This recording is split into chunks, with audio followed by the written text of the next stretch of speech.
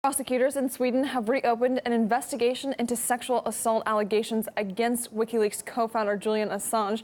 Swedish authorities had dropped the case in 2017, but they now say they're seeking an extradition warrant against Assange once he serves his current 50-week prison term in the UK. Polly Boyka reports.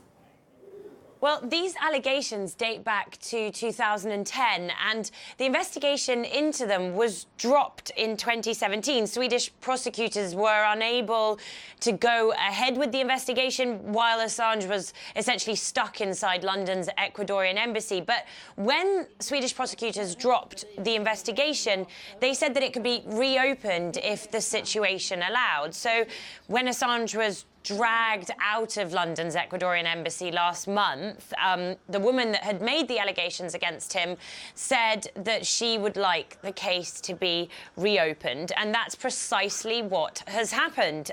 Stockholm has requested Julian Assange's extradition to Sweden.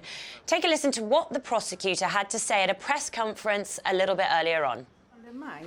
New circumstances have brought about the need to revise our previous decision.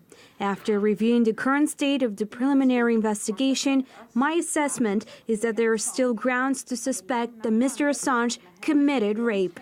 Now, the statute of limitations on this case expires in August 2020, so there isn't much time for the Swedish authorities to act. Of course, Assange also has a US extradition request hanging over his head at the moment, so there is kind of a legal muddle in place here, and it appears that only the Home Secretary is able to decide which of these cases should take precedence, and sort of potentially allow the more pressing Swedish case to be prioritized. And it looks now that it's going to be a political decision as to where Assange potentially is extradited to first. Technically, he can be sent to Sweden, and the US can then sort of update its extradition request and request that he be extradited over to the US from Sweden. But the UK would have to give Sweden permission to extradite Assange over to the US. Assange's legal team would be able to challenge every one of those moves. So we're looking once again down the barrel of a very lengthy legal battle with 3 different jurisdictions in place.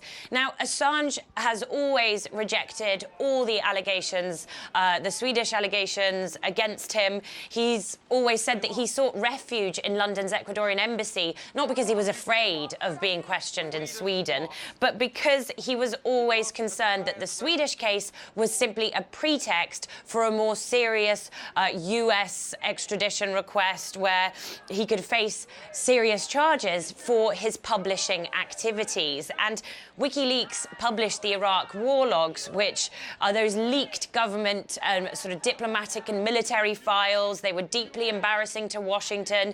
There's now that notorious video, Collateral Damage, which appears to show US soldiers killing Iraqi civilians. The news today now means that we have 3 different jurisdictions, 3 different countries involved in this Assange legal saga. He's wanted in Washington, he's wanted in Stockholm, and in the meantime, he's in prison here in the UK, serving out his 50-week sentence for skipping bail back in 2012. In the last hour, the lawyer for the Swedish woman who reported being sexually assaulted by Julian Assange in 2010 welcomed the decision to reopen the case. She said it signaled no one was above the law and that the Swedish legal system doesn't give special treatment to anyone. We spoke to WikiLeaks editor-in-chief Kristen Hrafnsson. He believes Sweden was pressured into pursuing this case against Assange. Julian Assange has always been ready and willing to cooperate with the Swedish investigation throughout the years, and I assume that he will welcome this opportunity to clear his name and get this matter over and done with. There are many abnormalities in this highly politicized process which pertain to Julian's position worldwide.